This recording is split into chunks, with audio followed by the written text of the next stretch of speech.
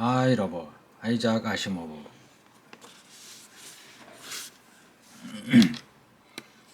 Lenin leaned back in his seat, and there was the lap silent, a challenge and response between them.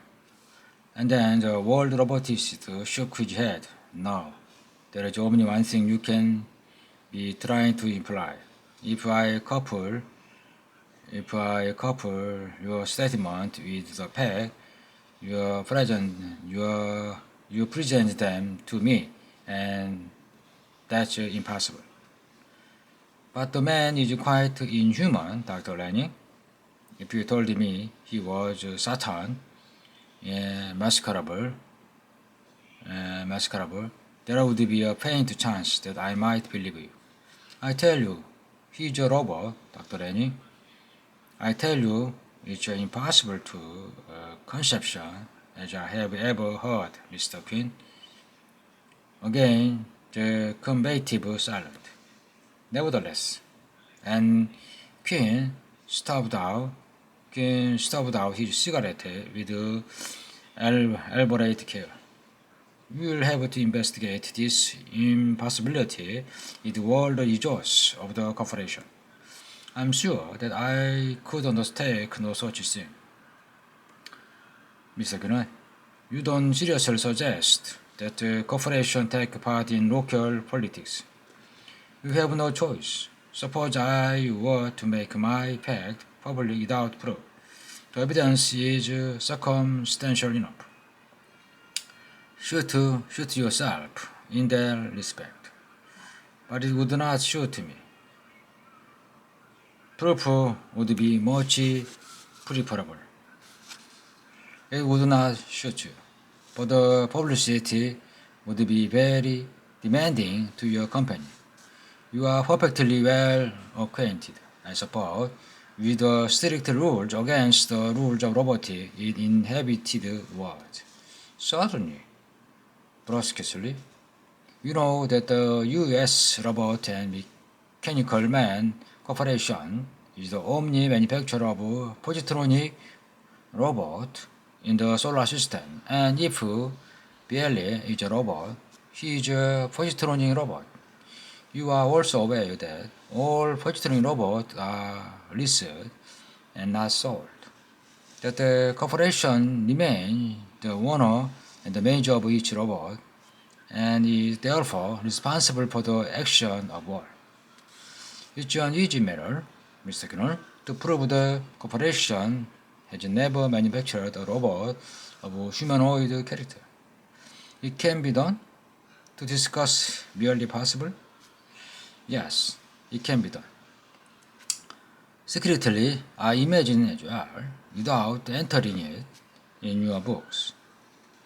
That the positronic brain, sir, too many factors are involved in that, and there is a tightest possible government supervision. Yes, but robots are worn out, break down, go out of water, and are dismantled. And the positronic brains reused or destroyed. Really, Pranskin allowed himself a trace of sarcasm.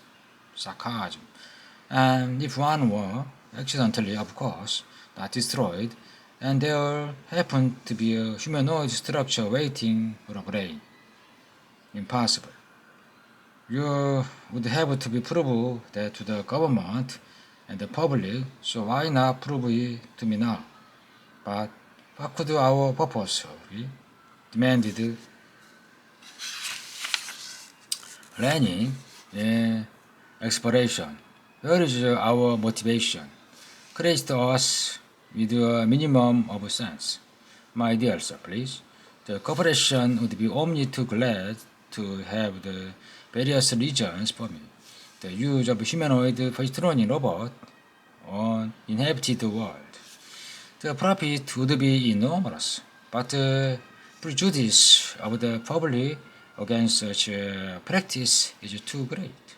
Suppose you get them used to such robot person, sure, you have a skillful lawyer, a good mayor, and he's a robot. Want to buy our robot butlers?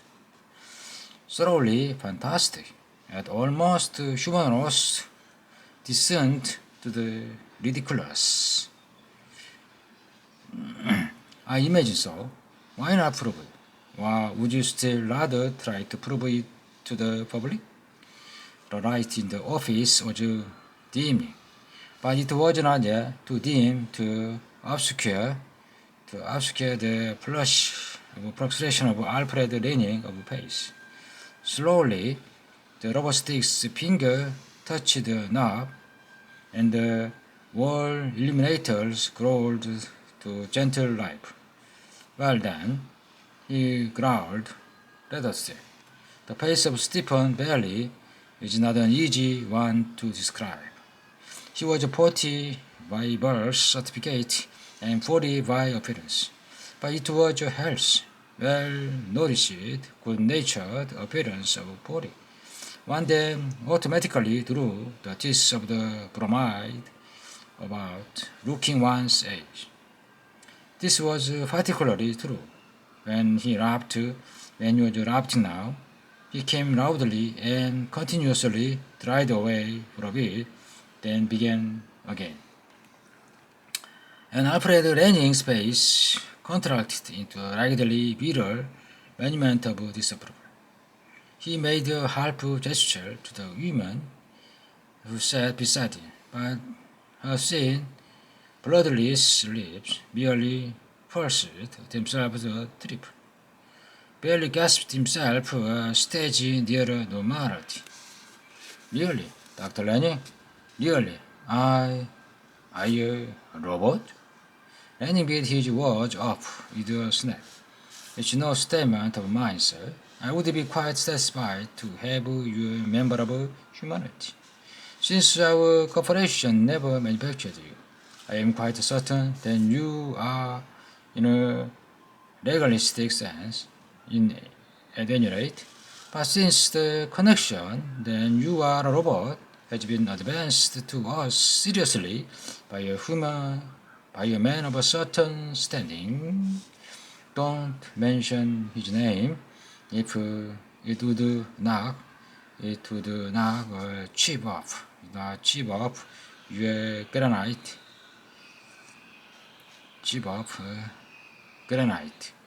Black of ethics, but let's pretend it was Frank Quinn, for the sake of argument, and continue. Lanning drew in a sharp, cutting snow at interruption, then paused ferociously before continuing with added precision. By a man of a certain standing, with whose identity I am not interested in playing guessing games. I am bound to ask your cooperation in disproving it. The mere fact that such a contention could be advanced and publicized by the means at this man's disapproval would be a bad blow to the company I represented. Even if the charge were never proven, you understand me? Oh yes, your position is clear to me. The charge itself is ridiculous. The spot you find yourself in is not. I beg your pardon if my rapture offended you. It was the first I rapped at, not the second. How can I help you? It could be very simple. You have only to sit down to a meal at a restaurant in the presence of witnesses. Have your picture taken and eat. Then you sat back in his chair, the worst of the interview over. The woman beside him watched Bailey with apparently absorbed expression, but contributed nothing of her own.